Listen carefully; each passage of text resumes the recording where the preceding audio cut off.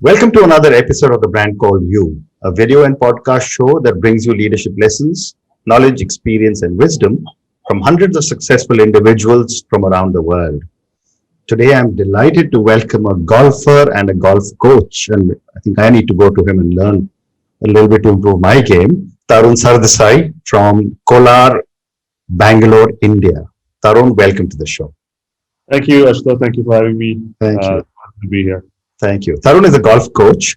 He is the founder of the Tarun Sardesai Golf Academy at Zion Hills Golf County in Kolar, and he's pioneered India's first ever residential academy with academics. So, Tarun, what would you say are three key milestones in your life or your career? I think the first milestone is actually when I actually started playing golf because I was into so many different sports. I was really good at cricket, tennis, football, hockey. I was a champ in my boarding school. And the day I picked up a golf club, it was kind of love at first.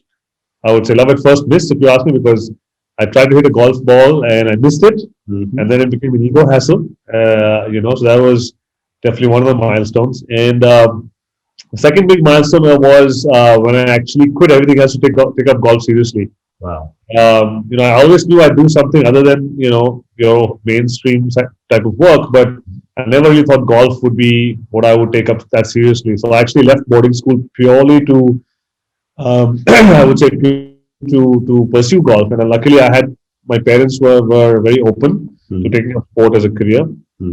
And the third one actually was when I quit playing professionally to teach. That was a huge milestone because it was one of the toughest decisions I had to make in life. Correct. But I had a good mentor at the time who actually mentored me through the process. And so I would say these are the three milestones in my career. Perfect. So let's start talking a little bit about golf before you come to the academy. Sure. Tell me about the time when you were playing golf. Some interesting anecdotes. Well, when I was playing golf, golf was still at a very nascent stage in Bangalore, probably even India, I would say. And so I was this 12-year-old kid on the golf course. Everyone looking at me like I was an alien. What's this kid doing here? He should be playing football or tennis or something that's more meaningful. We were pretty much screwed off, and I was the only youngster on the golf course those days with a colleague of mine, Gaurav. And both of us started to play really well, really quickly, and started to beat all the older players. And soon we became the talk of the town. And there are these two kids who play better than all of us, and they're going to be great players. And it was unheard of in those days, I would say, to actually take up golf as a profession for a young kid who's going to regular school and things like that. Those days it was primarily, I would say, the carry turn pros who would take the next step and turn professional. It was kind of a mixed bag at the golf club for us because we were supported by half the membership, half of them would say, get out of here, you don't need to be here. Luckily for me, I think my dad was very open, and although it wasn't my dad who gave me my first golf club, it was actually a friend of his. My dad thought I was too young to play, and a very dear friend of his, Mr. Paulos, gave me a 9 behind his back, and I began to hit balls and picked up the game very, very quickly. So it's quite strange initially growing up, but the fun started when we used to beat everybody. And of course, we had really huge egos then because, we were the best young things in golf, and we used to walk on the golf course, with our collars up and our heads held high. So it was interesting. Yeah, it was not what I expected of the sport, but, I would never wake up in the morning for anything, but, I would get up at 5 o'clock every morning to play golf. Fabulous. Because I was in boarding school, we used to only get 3 months a year to play. So I would be on the golf course from 8 in the morning till 6 in the evening. Wow. So, when you were playing competitive golf, that must have been a different high. What made you decide to move from playing to coaching? And what were your challenges as you made this transition? So the funny thing is that all the decisions I took when I was playing golf, moving to the professional circuit especially, and every turn I took was the wrong one. I think those days I didn't have a great mentor to tell me, or to guide me, and I think that's what I missed a lot in my youth, which is why today I'm a mentor to so many of these young kids, because I don't want them making the same mistakes. But I did have somebody actually who advised me. There was Mr. Dilip Thomas, who is an ardent supporter of golf of the A.V. Thomas Group, and he's the only guy who sat me down and says, "Tarun, don't go the way you're going. give it some time. And but I didn't listen. Of course, I was young and I was brash, and I was like, I know I'm going to do this. And so 2 to 3 years into my professional career, I found I was progressively getting worse rather than going the other way. And it was a hard time because I was heartbroken. I had all these grandiose dreams of being on the European tour and the US tour, and I Mm. found that my game wasn't getting any better. And of course, not entirely my fault, but I didn't know it those days. And then I met my then guru, a coach from Italy. He used to come to India to coach a lot of players. And the first thing he told me was, you need to quit. And I was shocked because I had come to him to become a player. Mm. And I was about 23 years old. And he says, Tarun, I've noticed a couple of things about you. He said, one is, of course, you have a great eye for detail. You're very smart. And he says your game is not at the point where you can really make a lot of money on the tour. And he says you're only 23. You can't take grass from the greens and feed your family. Mm. Of course, I didn't listen to him. I was very, very adamant, and I said, no, I don't want to be a coach. I want to be a player. He said, just listen to me. And luckily for me, he was setting up the National Golf Academy of India those days, which is the body that certifies coaches. So he said, Wow. you just come for the first certification, do your initial certification, then we'll talk about it. And I Mm. listened to him and I went. And it was an 8-day seminar. I was transfixed. I was in the front row. And, I loved what I heard about technique and how the golf swing had evolved over the years. And at the end of the seminar, he sat me down. He says, Tarun, I saw your eyes. He Mm. says, I know you'll be a great coach. Of course, I didn't accept it even then, but, I walked away from that seminar and I started teaching part time or so, I thought. Mm. But I got sucked in because I realized that this was my calling. I was way better a coach than I thought I could ever be a player. Mm. And that's how the journey started at the Karnataka Golf Association. I started teaching, and the rest is history. And the rest is history. Very nice. So, as a sport, is golf growing in India? Oh yes, I think golf is growing by leaps and bounds, Mm-hmm. and unfortunately, I think our infrastructure can't take it. That's the sad part right now. But every young kid today who picks up the game, by the time he's 10 years old, wants to be a pro golfer. Mm. And the beauty is now parents' minds are more open to allowing their kids to pursue this. So it's going at a rapid rate, and I think that the infrastructure has to catch up, in the next few years, I from the agree. coaching standpoint, from the golf course standpoint, to get. Yeah, I'm a member at DLF Golf Club and at Classic Golf Club in Delhi, in Okay, Gurgaon, okay. and I play there. But you're absolutely right. I mean, we can't get tee off slots on a Sunday morning. It's so difficult, and it's just packed now. There's another point I want to make is that the Indian physique is perfectly suited for golf, Is it? right? I don't think we're suited too much for tennis or, let's say, European League football. Uh, it's perfectly suited for golf Okay. because we don't need the height or the speed and endurance that we require in tennis or football, Hmm. right? We just require some explosive power which can be developed, Hmm. and a certain amount of muscular endurance and skill we have. Yes. So I believe in the next 10 to 15 years, more international accolades will come to this country from golf than any other individual sport. Wow. That is so reassuring from a great coach.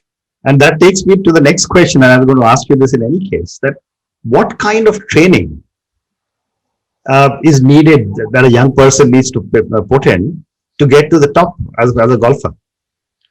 That's a really good question. And there's so many different aspects that go into a youngster's training. The key element is, I think, when the player actually starts moving into serious golf. Hmm. And in our country, of course, education always gets in the way, which is why I created a system at my Academy of Alternative Education where they can do the exams whenever they're ready, but they're still getting an education nonetheless. Hmm.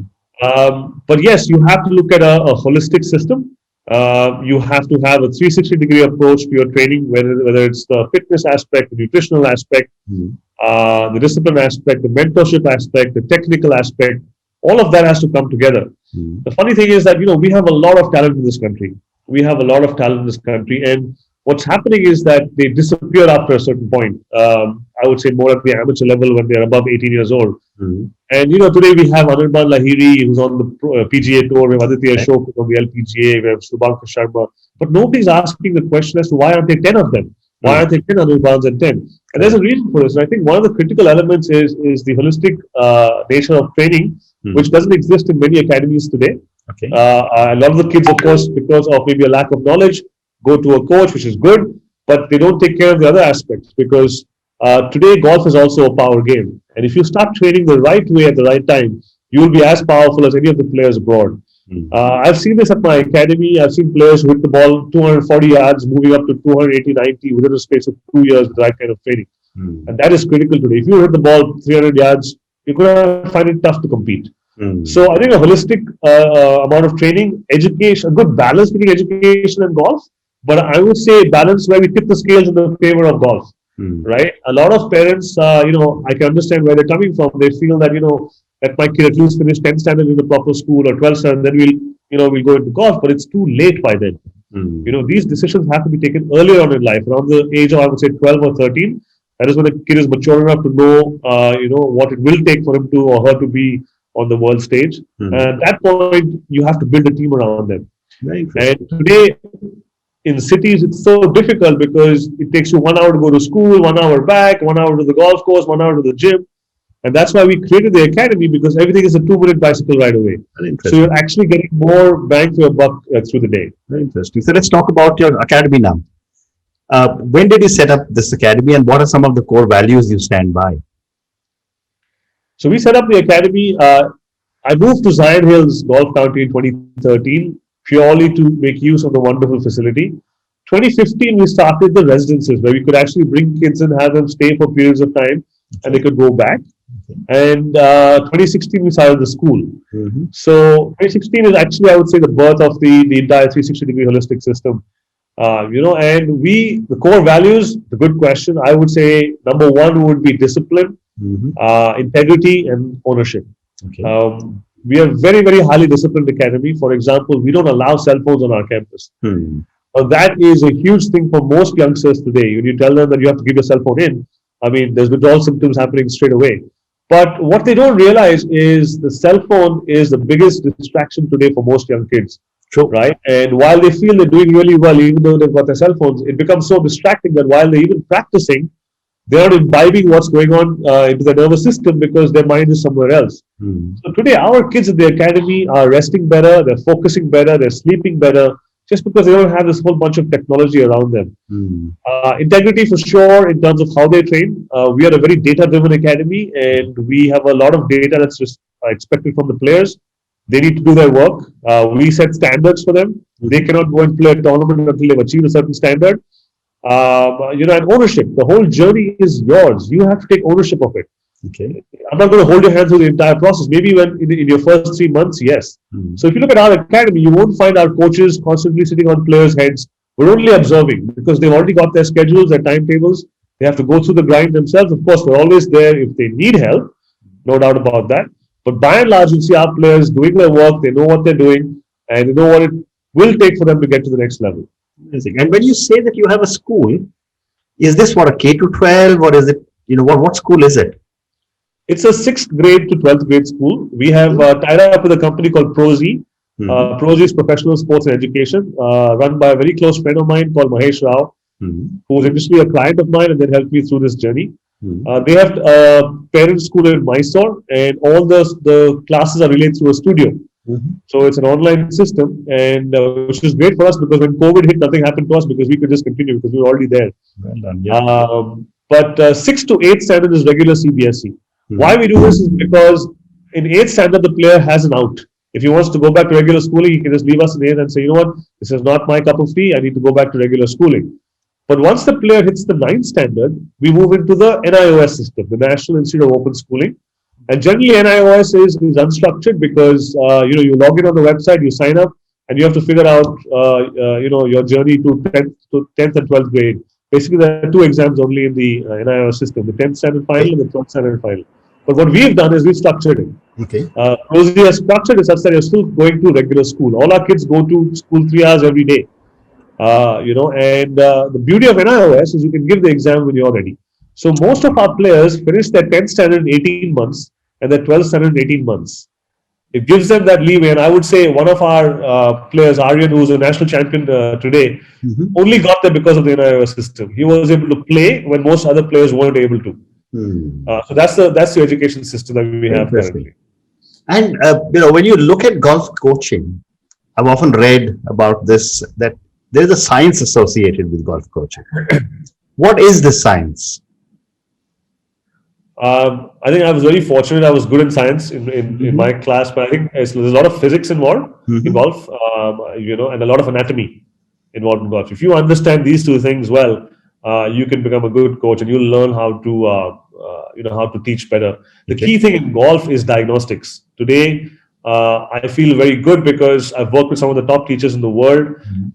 We follow a set system of training at our academy, and it's very easy to diagnose an issue, and you have less time wasted. So, if you're good at the sciences, it definitely helps. I'm not saying it's the be all and end all. You can still So, be a good teacher if you don't have a super understanding of physics and biology, but if you do, it definitely helps because each joint, each muscle, moves in so many different ways. Just if you look at just your wrist, you have extension, flexion, radial deviation, ulnar deviation, mm, just in one single joint, right? So, and you need to know how to view that on a camera mm, to understand what is causing what, because each movement at various parts of the swing. So you have what we call degrees of freedom, right? You could be in ulnar address, radial going back, coming back to impact your ulnar, you're going into extension through impact. All of this causes a change in the ball flight. And what we need to do with our players is understand which of those pieces need to be corrected to ensure that this particular player's ball flight, can be enhanced. I wish I'd met you 40 years ago and I wouldn't have been hacking away on my ball. But you were probably not born then. So, Yeah, okay. actually, I was. So, I would be 3 years old then. I know. So, tell me, in a country where education has always taken precedence, every parent tells the child, get yourself educated, then do whatever you want to. How are parents supporting their children to take up golf? I'm very pleasantly surprised. Currently, we have about 40 kids at the academy, all of whose parents have bought into the system. Okay. I have parents telling me, Tarun, I don't want my kid to join my business because it's just stress. I Mhm. want to do something he loves. Wonderful. So the attitude of parents is changing quite a bit. That being said, we don't want our kids to be uneducated. I know there are a lot of kids today who give up school in the 8th and 9th grade to pursue their golf. I'm not a subscriber of that at all. All our kids get educated to the undergraduate level at least. Mhm. Otherwise, not allowed to be at the academy. Okay. And the funny thing is that there's a direct correlation also between education and performance. Mhm. All the kids who do really well in class are also the kids who are able to do very well in competition. There's a Okay. reason behind that is simply because they learn to process information better. Mhm. They learn to take better decisions on the golf course. So we encourage all our kids to do well in class as well. Parents, I have about a 20-year experience in dealing with them. It's the mothers are usually the ones who are very, very keen on the education, so I have to handle them differently. The fathers are usually all about the golf performance, and it's a tough journey because you have to talk to sets of parents every day, assuring them or reassuring them, and at the end, there's still no guarantee that your kid's going to make it. So what we do is we are providing a roadmap for them. Mhm. At the academy, also, I know that in about 10 years, we'll have a gross shortage of great coaches and mentors. So Mhm. we have actually started, I would say, the first coach mentorship program where we are actually building the next generation of coaches as well. So we have 2 or 3 kids who graduated from our academy, Mhm. but realized that they're not good enough to make it as a professional, and now they're working as interns and coaches, and they know that in about 3 to 4 years they'll be able to run academies on their own. So most sportsmen who are in sport would love to continue being in the industry of sport, Mhm. whether it's sport management, whether it's golf coaching themselves, administration, golf course design.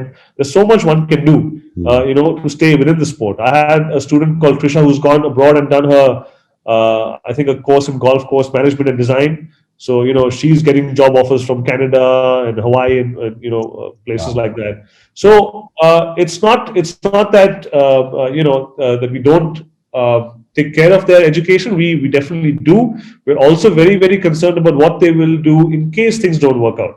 Okay. Not that we tell the kid this, but we have a plan for them usually, right? And I Wonderful. think I think most kids, like I said, they just love being outdoors, love being on the golf course. So whether it's coaching, whether it's doing anything connected to the sport. And if I look at my life, it's the same thing because I knew that I wanted to be in sport. Um, my father was a little concerned when I started coaching because I think the first month I actually coached, I earned about 9,000 rupees. I was thrilled because I was finally Yeah. financially independent. Mhm. But it's all about it's all about how committed you are and how good you want to be. So first I wanted to be the best player. Now I just want to be the best coach that ever has been in the country. Amazing, amazing. So one more question for you before I move to some questions personally for you. There's a large golfing community in our country, and majority of them are golfers like me who play between 18 and 24. Are you planning to offer some coaching, facilities to seniors as well? We do. We're open to anyone who has a desire to improve. So we have a lot of adults who come to the academy. Okay. The only thing is the academy is a trek from Bangalore, right? It's about a 1.5 hour drive. But if I would drive 1.5 hours and I want to have a good lesson, right, and get better at golf. So we offer lessons. We have an adult program as well, where we offer lessons to anybody who has a desire to improve. But then it's pretty much up to you to practice what you've learned, keep coming back. And I love setting goals. I'd love to take a guy who's at 24 handicap down to 12. It's so much fun, to see the glee on his face when he shot his first round in the low 80s. It's very gratifying for us. So we work with anybody who has a desire. Yes, our core competence is youngsters who want to become pros, but we work with anybody. So next time you're in Bangalore, please drop by. I'd love to take a look at your thing, and see what we can do with that. Done. So we'll move to the next segment of our conversation, which are some questions for you personally. So Tarun, great golfing career, great golfing coach career moving forward. From where you are today, what does success mean to Tarun? For me, I think, or for any coach, I would feel, but for me personally, I want to see our country do well in golf. I want to see our country live up to its potential in golf. And I think we're a little bit away from that. But I do believe that if we have a great system of creating good players, a system which is funded well, where players don't have to worry about the money aspect of it, where if they're talented, not having money shouldn't hold them back. That's my ultimate goal. So for me, success would be taking my system now to the next level where we have enough money to fund players. We are able to send players out to different countries to play, and in the end, create major champions. I would like to see Indians winning the US Masters, the US Opens, the PGAs, and we're capable. We're very, very capable.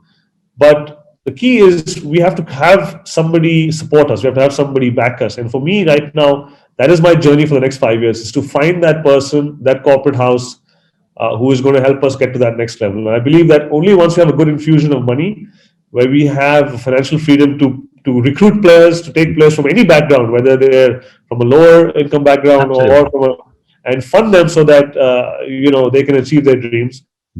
And then the system coming full circle, where these same players who make it on the tours actually give back into the same system by maybe donating some of their prize money back into the system, or coming and mentoring players.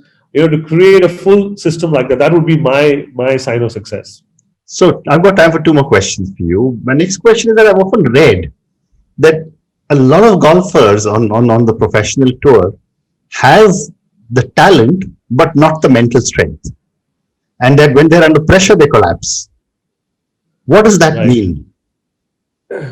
So mental strength, I would attribute it to the fact that it's about how they work, and also a term called discipline, right? In the end, mental strength is all about how disciplined you are. Now, if you have a player who's very disciplined, does his work, works as hard as he possibly can, has the right kind of information going, he will feel always prepared when he goes for an event. And that's what we're training our kids to do, is they need to be prepared. Preparation doesn't mean that you, for the 1 week before the tournament, you go and hit 500 balls and prepare for the event. It's about what you've been doing the last 10 years of your life. And if you've been disciplined, if you don't drink or smoke, if you're doing everything in your power to get better than the rest, usually you don't have any issue with nerves, right? So for me, it's about mental discipline, where, when you see that cell phone, you keep it off. When you see that hamburger, there's no decision fatigue, and there's no decision to be made, because you want to be better than the rest. So I always find that when a player says that he feels nervous, he's not able to let go in competition, I would normally look at the life that they live around golf, and I would generally find that there is something lacking over there. Because if you're doing everything you're supposed to do, your subconscious automatically is confident, and it's usually always a subconscious mind that brings you down. Right? Even though you stand on the golf tee box, consciously telling yourself you're confident, your subconscious mind will overpower you. So for me, it is about getting the players to live the right kind of life, because I'll be honest, we have a lot of young players today who are really talented, but they don't live the right way. They don't live like a world class player, right? And then they expect to go out there and perform. It can't work like that. Okay. And naturally, they'll be nervous because they know deep down that they haven't done enough. They haven't done what it takes. Interesting. Tarun, thank you very much. It's been such a pleasure speaking to you. I loved the incredible journeys you have shared with me of your own, some of the people you are coaching. I love the fact that you're also willing to give back to seniors because they have the time, they have the money, but they don't have the skill. So I think what you're doing for golf is incredible, and I really hope to see, as your dream is, young Indians winning the Masters. That'll be incredible. Thank you again. Thank you, Ashutosh. Thank you for having me on the program. It's wonderful talking to you as well. Thank you.